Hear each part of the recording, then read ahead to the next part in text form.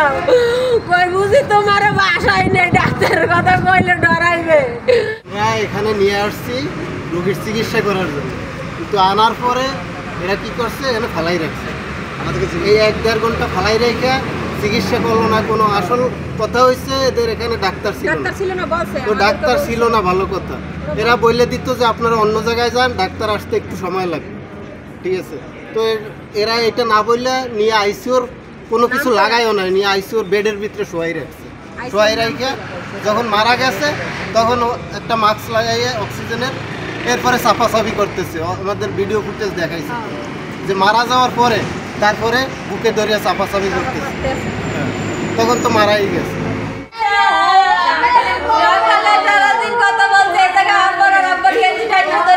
স্যালাইনের মনে হচ্ছে 3 ভাগের 1 ভাগ গেছে ওনারা বলতেছে এখানে তো চিকিৎসা যেমন তেমন এখানে না আইসিইউ খালি নাই তো ডায়রিয়া হয়েছে আপনারা এইটা কি হাসপাতালের নাম বলছে তো ওখানে নিয়ে আসেন ডাক্তাররা বলছে হ্যাঁ ওটা ডাক্তার ওই জায়গার আমরা তো মনে করি ডাক্তার কিন্তু উনি কে আমরা জানি না অবশ্যই উনি ডাক্তার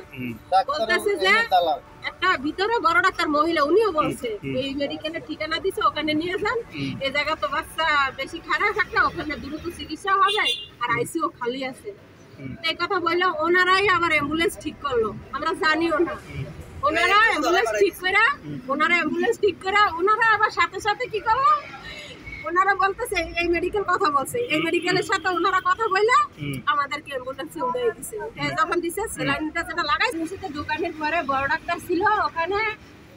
10-20 মিনিট মানে 15 মিনিটের মতন এরকম দেখছে আর কি ওনার কি সমস্যা ওই জায়গায় স্লিপটা দেখছে দেখার পরে বলতেছে তা দেখি যে বাচ্চাটা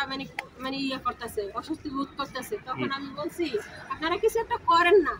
বলতেছে কিছু করা তো আপনাদের কাছে তো বললাম কিভাবে বলে এখানে অনেক খরচ আছে এখন আপনারা যদি ওটা মানেন তাহলে তো ওটা আমরা বাচ্চাটা নিতে পারি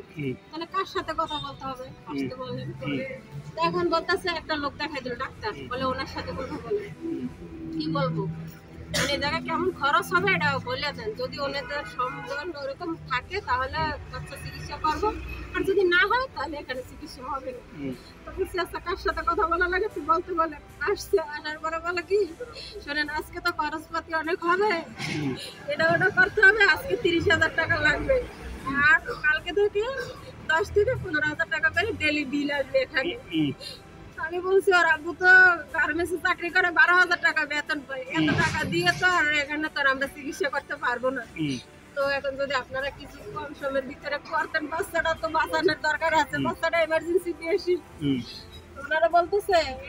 এর কম আমরা কিছুই করতে পারবো না কথা বলার সাথে সাথে ওই যে ওই মেডিকেল থেকে যে ডাক্তার এখানে পাঠাইছে উনি আবার ওই যে অ্যাম্বুলেন্সের ড্রাইভারের মোবাইলে কল দিছে কল দিয়ে বলতেছে আমার কথা যে ওনাদেরকে একজনকে ধরাই দাও ওনাদের সাথে কথা বলবো তো আমারে ধরাই দিছে ওনার নাম্বারটা আমার ফোনে নিয়ে আমি কথা বলছি কেন এরকম কেন করলো তারা টাকার কারণে এরকম করলো নাকি টাকা তো দিব বলছিলাম না তোর বলছিলাম না যেভাবে হোক দিব বলছিলাম তাহলে তারা চিকিৎসাটা কেন করলো না স্বাধীনতা হাসপাতালের মনে করেন যে অবহেলার কারণে নার্সদের ডাক্তারদের অবহেলার কারণে রুগীটা আজকে মারা গেছে আর নয়তো ভালো মানুষ আইসিইউতে যখন ঢুকায় তখনও বাচ্চা কথা বলে লড়াচড়া করে ওর বাপের হাতের ভিতরেও ধরে রাখছে বলছে যে আব্বা তুমি যাইও না তারপরেও নার্সেরা কি করছে জোর করে বাইর করে দিচ্ছে ওদেরকে 9টা থেকে অনেক বুঝাইতেছি আর বুঝাবো না এখন কিভাবে ওদেরকে বের করতে পারবো এটা দেখতেছি আমরা যখন অ্যাম্বুলেন্সে ছিল তখন বলছে যে বাচ্চারা ওর ভর্তি হয়ে গেছে তাহলে ওরা এখান থেকে নিচ থেকে কেন ট্রিটমেন্ট চালানি এখন এত অবহেলা কেন আর ডাক্তাররা বলে এটা এখানে ভালো চিকিৎসা হবে অ্যাম্বুলেন্স থেকে থাকতে মোবাইলের মাধ্যমে সরকার কাগজপত্র সবগুলো পাঠানো এখন কি সেটা বলছ না এখন বলতেছে ওদেরকে কিভাবে বের করতে পারতেছে এটা কিভাবে বের করতে ওরা কি করতে পারে সাংবাদিক জানছে ওরা দেখি ওরা কি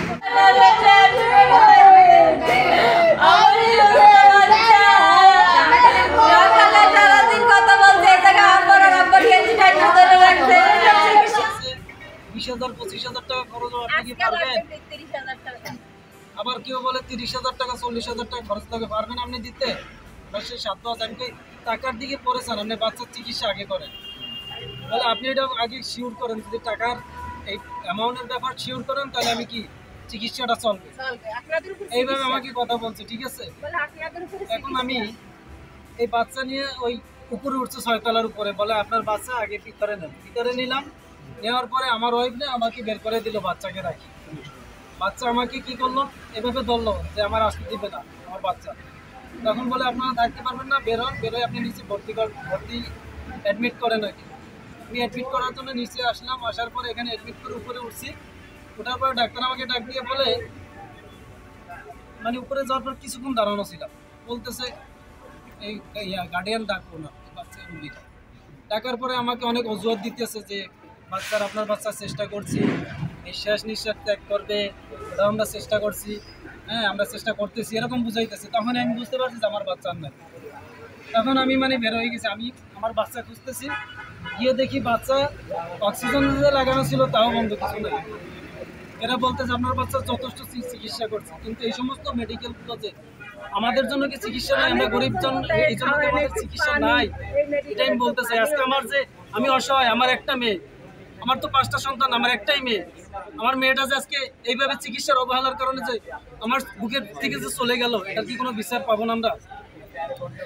এটাই আমার চাওয়া। আমার চাওয়া যে এই সমস্ত মেডিকেল যে সমস্ত মেডিকেলে অ্যামাউন্ট হবে, টাকার অ্যামাউন্ট, এই সমস্ত মেডিকেল যেন বন্ধ করে দেয় সরকার, আমি এটা চাই।